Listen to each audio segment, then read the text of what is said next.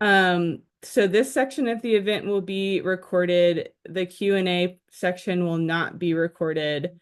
If you're not comfortable with your name or your face being in the recording, you can change your name on Zoom to just, not your name and go off video. And if you need help finding out how to do that, just put a message in the chat and hopefully Carolyn or one of us can help you do that.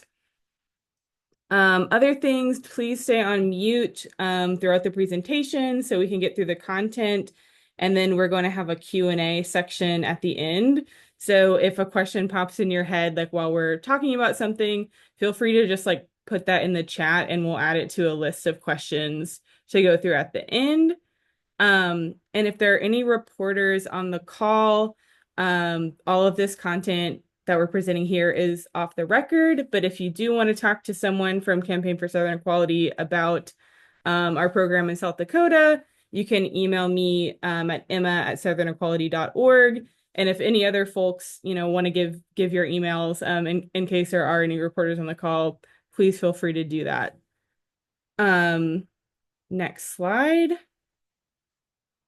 Cool. So the agenda for tonight, we're first just going to give a little bit of legal context about gender-affirming care bans and the ban in South Dakota.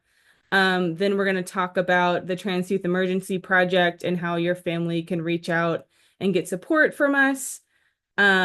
Next, we're going to have some of the local South Dakota groups on the call give you resources from their organizations and talk a bit about what they do. And then at the end, we'll do the Q&A. So yeah, hopefully pretty quick and painless. Cool. And excited to introduce the other speakers tonight. If folks just want to pop off and introduce yourself in the order that you are on the slide, that would be awesome. Hello, my name is Boots. My pronouns are they, them. I am the founder and president of Quilting Allies. Hello, I am Maisie. I use she or they pronouns either way, and I work for the Transformation Project. Hi, I'm April. I use they, them pronouns, and I work with Equality South Dakota. I'm Emma, she, her, Campaign for Southern Equality. My name is Patty. I'm a secretary for the Black Hills Center for Equality in Rapid City, South Dakota. Hi, everyone. I'm Van. I use they, them pronouns, and I'm with Campaign for Southern Equality and specifically work with the Trans Youth Emergency Project. Awesome. Thanks, y'all. Next slide. Awesome. So I'm going to start with talking a little bit, and I'm sure many of y'all are really familiar with this, just a little bit about the current landscape of access to gender-affirming care for trans youth in the U.S. So currently, 26 states ban best practice care for trans youth. Most of those bans are in effect. However, some of them are on hold due to ongoing litigation. So y'all probably saw the case in Montana where the bill is currently still on hold, and also in Arkansas, the policy is on hold. So most of the laws are banning gender-affirming care for youth under 18. And for most of the laws, that includes puberty blockers, HRT, and surgery are all banned. But there's some differences across states. So for example, Georgia doesn't ban puberty blockers, but they ban everything else. Or the ban in New Hampshire only bans bottom surgery for youth, which is an extremely rare occurrence anyways. The ban in Ohio allows residents of Ohio who started care before the ban to continue accessing care. There's a lot of different nuances like that in some of the bills. So it can be kind of confusing for folks who are trying to figure out if they can access care or not, or where they can access care. And then the ongoing Supreme Court case, US v. Scrimeti, which is the case challenging Tennessee's ban on gender-affirming care. The outcome of that case is likely going to impact a lot of these policies. So this landscape is sort of ever changing across the past few years. And definitely something that we're, trying to keep on top of and make people aware of. And if you have a child who's accessing this care, I'm sure you're very aware of what's happening, unfortunately. Next slide. Yeah, so this just talks a little bit about sort of what the impact of these bans are in the numbers. So this data is coming from the Williams Institute, who have estimates on the number of trans youth living in the US. So according to their estimates, over 100,000 trans youth are currently living in a state with a ban. And of course, we know that not all trans youth choose to access gender-affirming care or need to access gender-affirming care, but we can definitely say that there is a large number of youth who are losing access to care because of these bans. We also have on here, because we're a Southern organization, that 89% of trans youth in the South are living in a state with a ban. And I'm sure something similar could be said for the Midwest at this point as well. Yeah. Next slide. Yep, so this just sort of gives a really brief overview of HB 1080, which is South Dakota's ban on gender-affirming care for youth. So it's a pretty textbook ban. It bans best practice healthcare for trans youth, making hormone therapy, puberty delaying medication, and surgery inaccessible in South Dakota for any trans person until they turn 18. And the law is currently in effect. So it's important to note that in South Dakota, youth can still access mental health care, which isn't restricted or banned by the law. And youth and families are also able to travel to other states to get care. That is not restricted. And next slide. And I'll pass it to Van to talk a bit about our program, the Trans Youth Emergency Project. Hi, everyone. So I'm one of the patient navigators that works with Campaign for Southern Equality and help with the Trans Youth Emergency Project. It originally started as the Southern Trans Youth Emergency Project, known as STIAP. And our organization, of course, saw a need as we saw these laws being passed across the country. And so we are now serving families in all of the states in which have a ban on gender affirming care, because we know that it's very critical for families of trans youth to know that there are options regardless of where they're located, and that there's going to be help to navigate any hurdles that might come along the way for you getting gender affirming care for your child. And so, what that means for us is helping with any type of navigation. So, we'll talk about patient navigation in a second, but any navigation that might come along with navigating any financial hurdles or logistical hurdles, including travel, things like that. And, for us, it's really important for us to be in partnership with people within the community. And so, we're really thankful for the partnership with the Transformation Project to make sure that this happens to provide support in South Dakota. Next slide, please.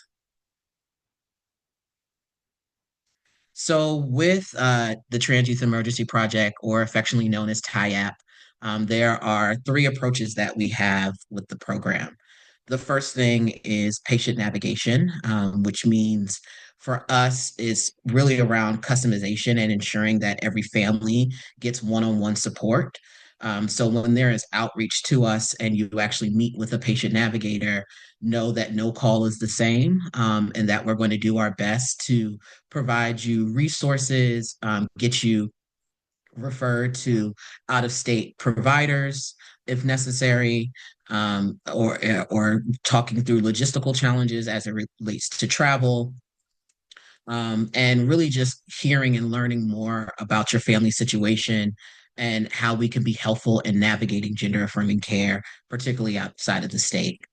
The next thing we do is we provide financial support in the method of emergency grants that is renewable after every 6 months. And that grant is in the amount of $500. As we say, it can be utilized for any type of gender affirming care for the youth in your family. That could include travel, that could include medicine costs.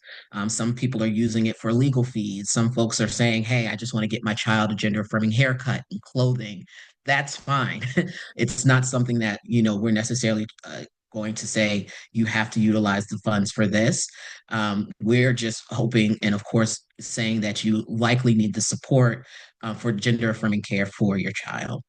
And the next thing that we do is being able to connect people to the information hub that we have that really supports families. So when you're able to go to our website, each state will have a resource guide. We also refer people, to local resources, national resources. If people have questions around, legal questions or insurance, we have national partners that we could connect you to. Really, it's around wraparound support to ensure that you know that there are resources out there and that you're not alone. Next slide, please. And so, how can you access these resources? A lot can be done on our website. So if you go to southernequality.org/SD, you'll be able to fill out a form that'll ask some preliminary questions in regards to why you're reaching out to us, where you're located, things like that. You will receive an email from a member from one of our staff members to set up a time to actually talk on the phone through, once again, kind of a one-on-one custom call to learn more about your situation.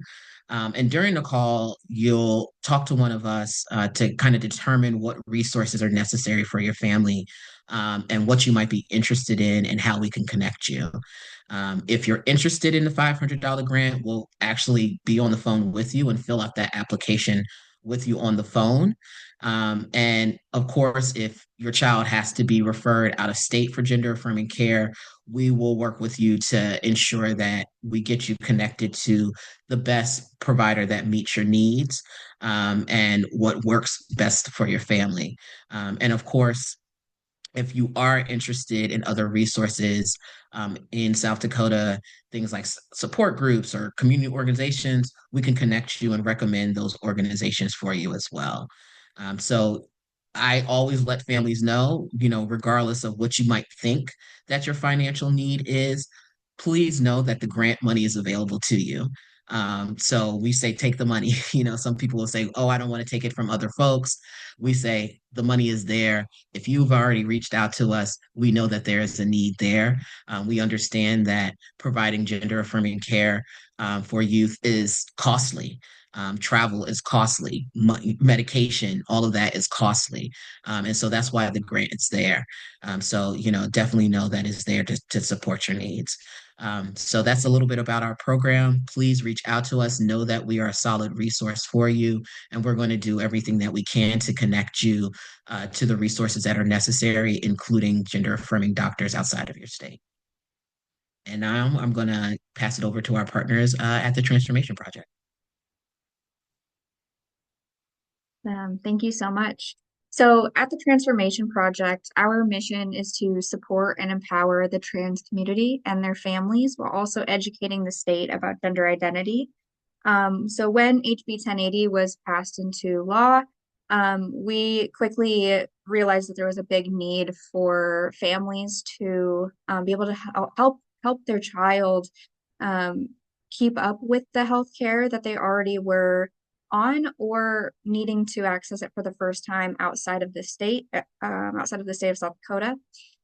So a lot of the times people were traveling to, Minnesota, or if they're on the other side of the state, traveling to Colorado, which can be quite expensive. So although our Trans Resilience Fund is not, as expansive as the Trans Youth Emergency Project, it does provide transportation costs. So that can be for hotel and transportation. So say your family has already exhausted that $500 in that 6-month period and you're needing additional assistance, feel free to reach out to us to have additional support. And then we also, with this fund, are able to provide emergency grants for adults up to $200.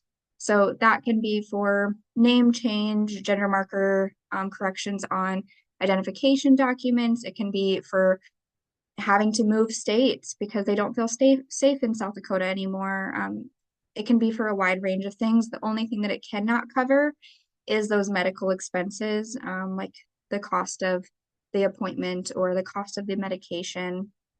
And then with that Trans Resilience Fund, we are also partners with another organization called Elevated Access, which I do want to note. They will, we oftentimes see that parents are having to take 1 to 2 days off of work just to take their child outside of the state, stay in a hotel overnight, and they're missing out on, those hours and that money that they would be able to do at work. So, elevated access creates a much faster approach where they can basically, where we would be able to refer them to elevated access. They would align a volunteer pilot to completely free fly you to that appointment outside of South Dakota, where that clinic appointment is, and then fly you back on the same day, saving that time spent away from working for much faster access. So if that is also something that you'd be interested in on top of these transportation gift cards or any sort of assistance through our Trans Resilience Fund, you can feel free to scan that QR code in the bottom corner, and that will take you to our application for the Trans Resilience Fund, and we can connect with you. Also, just some additional resources that I want to plug that we have at the Transformation Project is our community health work program, which is Jack Bonder. I believe he is here in the chat. So he is connected to a lot of our resources that we refer our clients to and has spent time building relationships with those community partners so that way he knows that they are fully vetted and he trusts them entirely before sending a client to those resources, because the worst thing ever is when you go to a provider that's on a referral list and you think that they're a safe person and then, oh, they weren't. And then that's the last thing that we want anybody to experience. And Jack helps with numerous things, including that name and gender marker change process as well, by holding name change clinics in partnership with East River Legal Services and much more. So if you are interested in learning any more, I have linked his email there for you to reach out to him. And he's also in the chat as well. And then gender affirming care, of course, is healthcare, but also mental health care. And being with community can also be gender affirming. And so I also wanted to mention that we do in Sioux Falls have a Prism Center hangout hours, which is our LGBTQ community center that just opened up in January of this year. And we have our high school and middle school nights on Tuesdays and Wednesdays from 3:30 to 7:30, and then adults on Fridays from 5 to 9. So that's just a place to be with community, to access resources if needed, ask questions, but also just hang out with like-minded people. So yeah, feel free to reach out to us either on social media or our website at Transformation Project, SD.org, or through our social media, and you can stay connected with us and learn more. And I will pass it along to the next person.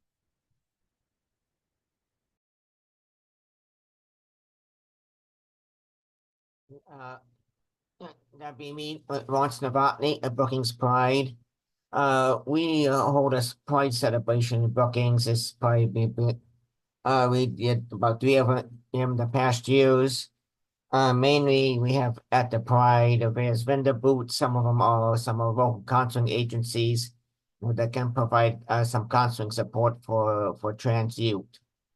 And of course, then we have different organizations around the state, like Transformation Project is journey there, and our events too, with their various information that they will hand out for trans youth. And so that's a little overrun of what we provide. So I'll pass it on to the next one.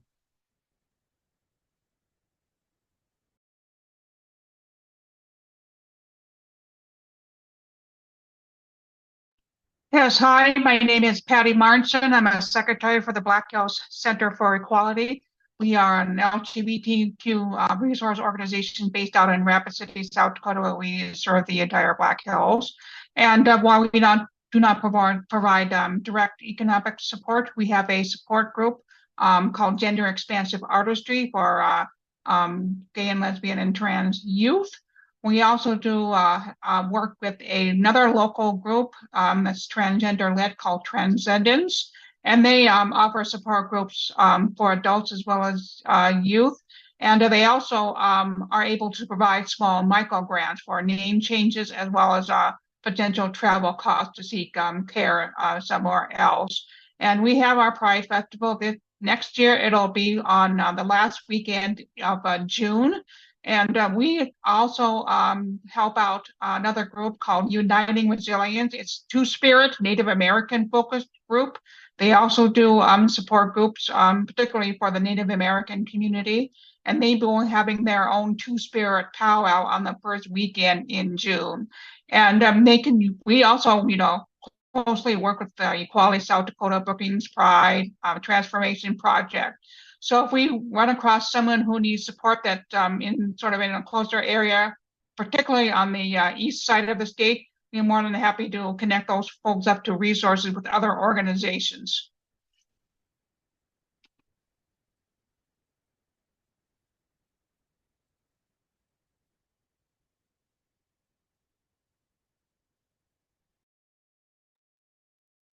Hello, hello. I am April with Equality South Dakota. So we are a statewide org. Our biggest thing that we do is during legislative session, we keep people abreast on what's happening.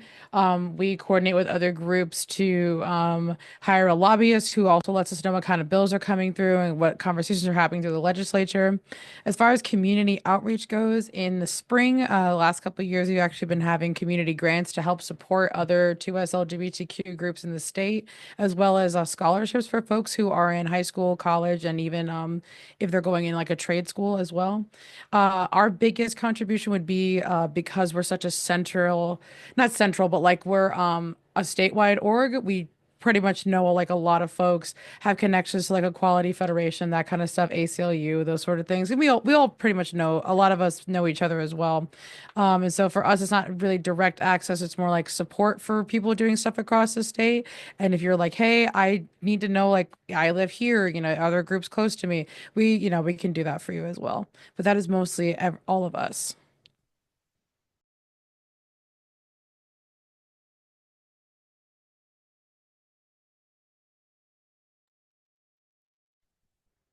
Hey there, this is Boots. I am the founder and president of Quilting Allies. We do have a much more narrow focus than a lot of the other groups within South Dakota. Our services are specific to gender diverse youth dealing with suicidal ideation and self-harm behaviors. We have an intake process that we go through with the parents or guardians of the youth, and we determine if the quilts that we make would fit for them. Once we determine this, the front of the flag is actually made, or the front of the quilt is made of the flag that the youth identifies with. And then they get to pick out the backing material, whatever meets their calming needs, whether it's sensory, certain patterns, certain fabrics for the back end of that. And the community participates by putting something uplifting onto a quilt square. That way, the entire community at large can show support for these kids. We use an extra heavy natural batting in the center of it. So it's a little bit weighted to help them calm down in a moment of crisis. And we take referrals not just from South Dakota, but we also service North Dakota, Minnesota, Iowa, and Nebraska. You can reach out to us through our email or through our Facebook, and we will get connected with the guardian or parent of that kid and work on getting that quilt to you. We can either deliver them in person or we can mail them out to the recipients.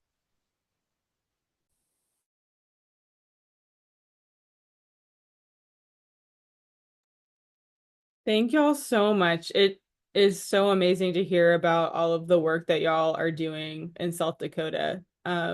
Yeah. So let's move into the Q&A portion. I don't think we had any questions dropped in the chat, but don't be shy. to just come off mute since we're a small group and ask any questions that you might have.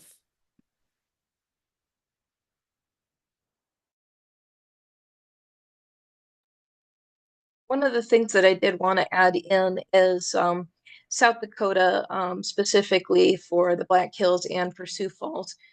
We do offer youth prom, uh, especially for any kids whose smaller schools may not necessarily allow them to bring a same-sex partner with them to the event. This is open for any of those ages within that high school range or with a written parental consent um, for anyone younger than that to be able to come as they are and experience that rite of passage.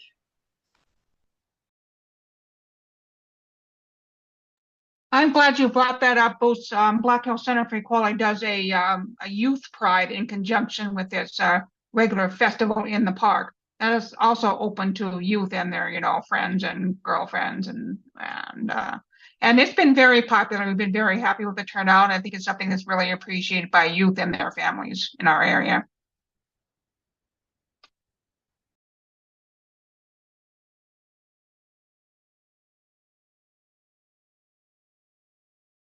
Oh, I don't know if we want to talk about, I know there's online resources like Zoom support groups. I think Transformation Project is still doing that, or I'm not sure. We actually just wrapped up. Yes, we do, but unfortunately, at this time, it's only for adults, not for youth. Hopefully, we could eventually. We just haven't had a big interest in it so far. I also think kids are really sick of Zoom, quite honestly. So I think that also contributes. It might be worth also mentioning the neurodiverse youth events that have happened across the state as well, um, specifically geared towards individuals who either are on the autism spectrum or ADHD, who may have specific needs for dimmed lights or less noise. Those have been really popular as well. Yeah. I also am on the advisory board for an organization called SDYA, South Dakota Youth Activism. I don't know why I did not think to invite them here tonight, but yeah, I think they're the ones that are putting those on throughout the state. And um, a large majority of the queer community is also neurodiverse. So it is important to have those spaces that are sensory friendly, because obviously every other aspect of life that we are in, especially for our youth, they're growing up in a society that is not fit for them. And so it's important to have spaces that um, are, right? Like I think that that's the most important thing is that they feel comfortable and safe. So, And the events that do happen also have quiet rooms where anyone can take time to themselves to kind of decompress from the noise or the crowds. And I will also add that our facilitators for our Prism Center drop-ins have decided on no big light, like that is a rule. We initially did have our fluorescent lights on every single week, and we have found that our attendance has massively gone up since we have only had lamps on. And like even for me tonight to have my big light on so y'all could see me was a struggle. So I get it. I get why they prefer the soft lighting.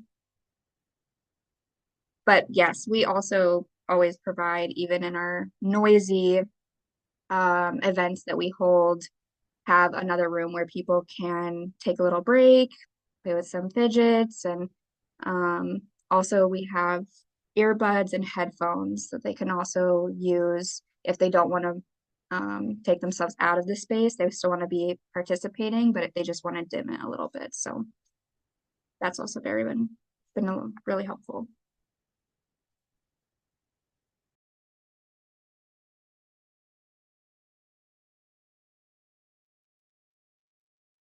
I was just wondering, this is Krista from the South Dakota Democratic Party.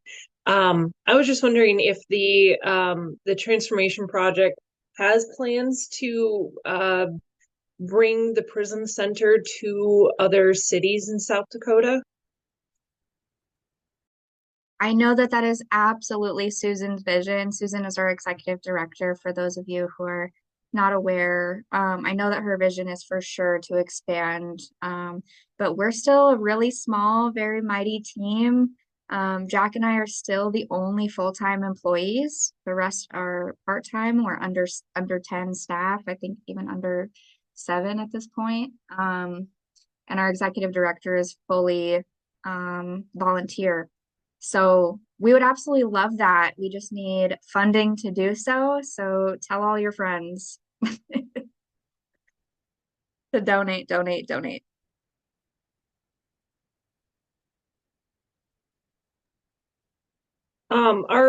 Is anybody aware of any legislation that might be coming through either in the South Dakota legislature that has anything to do with the LGBTQ community, or even in other states that could start spreading to more red Republican states as well. Well, Yeah, Lawrence Novotny here. We've been hearing rumors that there'll probably be a bathroom bill introduced again.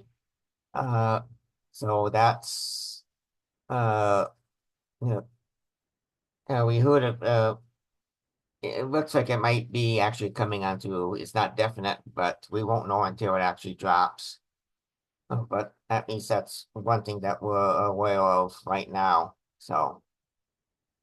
yeah. So in addition to the Transformation Project, we also have another organization that's a 501(c)(4) called Transformation Project Advocacy Network. And the reason why it differs is because as a C3, we are not able to get involved with legislation. So that's why we have an additional organization. And I know that our board on that side is tracking a lot of what's going on in other states right now. I know that I believe it's Texas in their very first week of legislative session, which started, I think, at the beginning of this month, maybe it was last month, they received 30 anti-LGBTQ bills in that first week. So we're keeping track. We're watching what's going to stick and making plans for how we will fight those hateful bills. Yeah, I'll say from our perspective, just tracking bills related to gender affirming care, um, we're definitely concerned about like what could happen on the federal level. There's definitely a lot of talk about restrictions on public funding for gender affirming care, especially related to youth. So that could have a really big impact nationwide.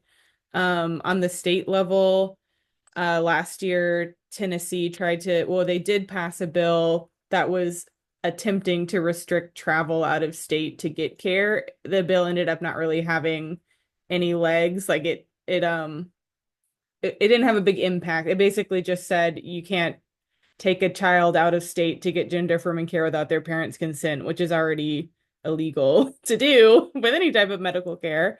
But that sort of, desire is there on the right, so that's concerning, those types of bills. And then I'll also say Kansas is expecting a gender affirming care ban to be introduced that could possibly pass this year. And if that were to pass, that would have a big impact on the landscape of access to care in the Midwest. So, you might see more people going to the states that some of y'all's folks are going to, like to Minnesota and Colorado and things like that. So we're definitely going to try to fight that one as hard as we can. Morgan, in answer to your question, no, I think our focus this legislative session would be just trying to prevent enactment of any negative bills. We have to put an energy on that. Any positive bill, what the current makeup of this new legislative session being a lot more conservative than the past one. Those will not even get anywhere, so we're not going to be wasting our energy on those. We have to expend our energy just trying to block anything negative coming on through. So. Yeah, to add on to that, we're also working on like making plans for worst case scenarios. For example, when we were facing HB 1080. We, before it was even passed, had a plan for how we would continue to assist families who had to seek care outside of the states or outside of the state, sorry. Um, and that's kind of what we're doing too. Like, what are our backup options? Because one thing about our community is we are resilient and we are resourceful and we show up for each other. And we're not gonna back down with this new legislation that's coming in next year. Is there going to be Equality Day again at the state legislature? Yes, yes, there will be. It is January 24th, Friday. Yes. And hi, and I'm Nicole Yuri Volk, our representative Hey, Nicole. 32. So I'll just jump in on that, and that hopefully we'll get to introduce anyone who comes, and just hope that any of you can reach out. I'm so excited to actually see some faces, some people I haven't gotten to meet yet, and I know I missed a big meeting last Monday, but anyway, just hope that I can be a resource, and you all might hear things before I get to, and but I'll definitely send out anything that I hear as well, and hoping to do what we can. It's gonna be, I'm just gonna say, an adventure. Let's try to spin it in a positive way, but yeah, definitely stay in touch. If any of you come out to the Capitol, just please let me know. And I know, I just thank you so much for being in South Dakota. We all could be somewhere else that might be more affirming and maybe a little bit of an easier place to live, but it's so important that we're here, and it's so important that we do this work. And it's just about education. And so just thank you so much. I do wonder if there is a bathroom bill, and if the worst happens, how like how does organizations even respond to that, or what next? No, at this point we do not know, as far as I do not know. And unless Sam might have a read on it, but she did not indicate that yet as to who might be bringing it. But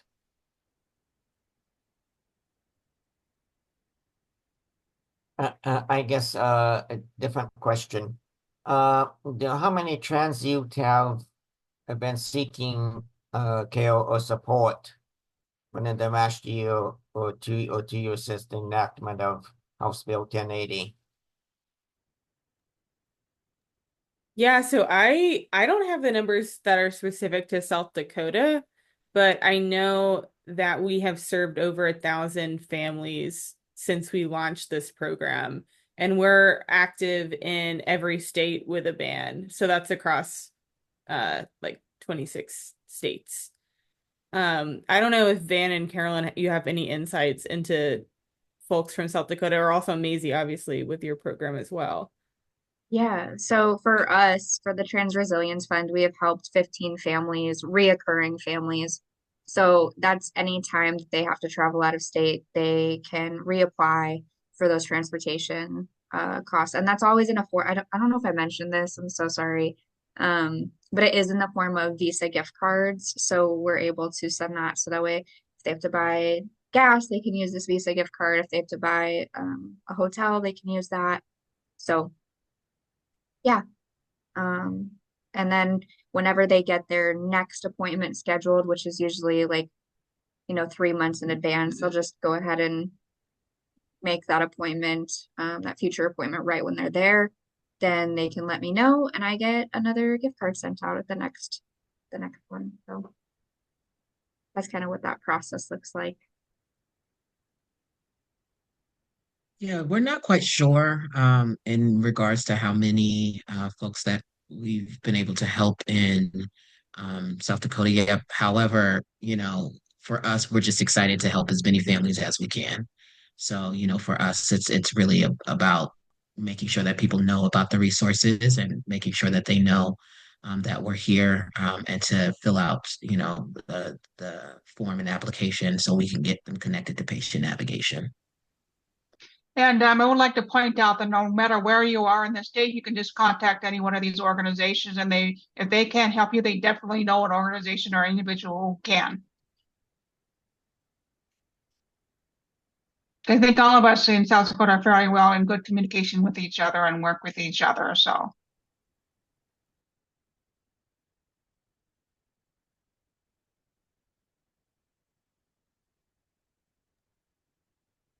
And for the transformation project, how is Marty's Closet doing the program that helps people find clothing that goes along with the gender that they identify with? Yeah, so that program is really excelling right now, actually. Through since we have our own roof, previous years until we had the Prism Center, we were renting space out of churches. And since we have had our own space, we have seen a lot of growth in that program, including even our volunteers that are showing up and doing those weekly appointments. Like we're able to have about 3 appointments a week at this rate.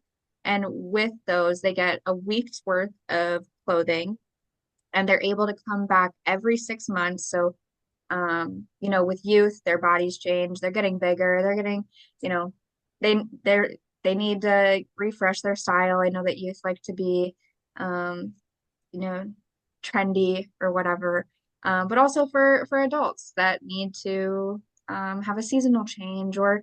I think in the early stages of transitioning, you're really exploring what your style is and figuring it out. And I mean, you're never done figuring it out as style changes every single year. Otherwise, New York wouldn't really have a fashion show every year, would they? Um, but yeah, it's doing really, really well. And then not only that, they're able to get a free week's worth of clothing. They're able to come back every 6 months, but then they also, with that first session, are able to try on sample size binders, bras, and now breast forms. We just were able to include those in the dressing rooms um, as well as tucking underwear, but they don't try those on, they just get to keep them. And then with that appointment, they can figure out what size binder or breast forms or whatever they like, and then they receive a free $50 gift certificate that is sent to them via email following their appointment. So kind of got a wide range of things there, but if you have any other further questions on that, I'd be happy to answer. Is that gift certificate for something specific? Yeah, sorry, it's for those undergarments. So they're able to come in and, figure out what size, because we have sample sizes in every binder size, every breast form. And they're able to figure out what feels right, what feels best, and then they're able to purchase their own using that $50 gift certificate.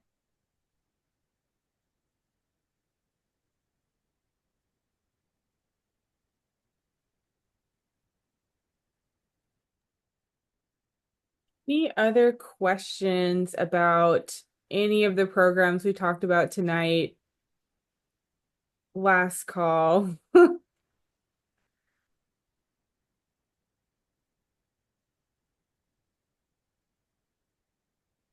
Cool. Well, this was so great, y'all. It was so good to meet all of you. Thank you for welcoming CSC into your space and partnering with us. Seeing, this kind of grassroots organizing on the ground makes me so happy. Like, obviously, we've been involved in this type of stuff in the South for a long time, but it's really cool to see that these community groups are happening all over the country. It just makes me happy and feel like a lot less isolated. Because yeah, we're all sort of in this together as the conservative red states that are struggling through this really, really tough political time. But yeah, it makes me so happy to meet all of y'all and thank you for, yeah, doing this work. Yeah, thank you too. A lot of us work in a coalition together, a statewide coalition. So it's fun to expand that into even other states because I think solidarity especially with the upcoming, um, what unknowns with legislation. I think it's really important that we're all standing together and sharing resources, even state to state. But yeah, one thing I do want to mention, Jack mentioned in the chat, is that Transformation Project is statewide and a 90-mile radius. So even if you're right on the edge of South Dakota, all of our resources will reach you. So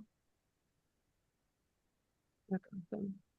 Is there any chance we could get the slides sent out? Yeah, so a recording of the presentation is going to be Oh, great. uploaded. So you'll have that. I could also share the slides if you want those as well. That'd be great. Thank you. You Yes, give me your that'd be email. good. That would be- I don't know if I have Nicole. There we go. Cool.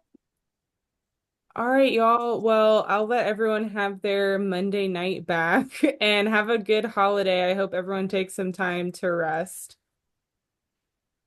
Okay, Thank you so bye. much Thank for you. Thank you. hosting this. Thank Yeah, you. for sure. Yeah, we love For it. the opportunity. Bye, y'all. Bye. Could you send me the slides as well? Yes. Just Can you put your email in the chat and I can do that?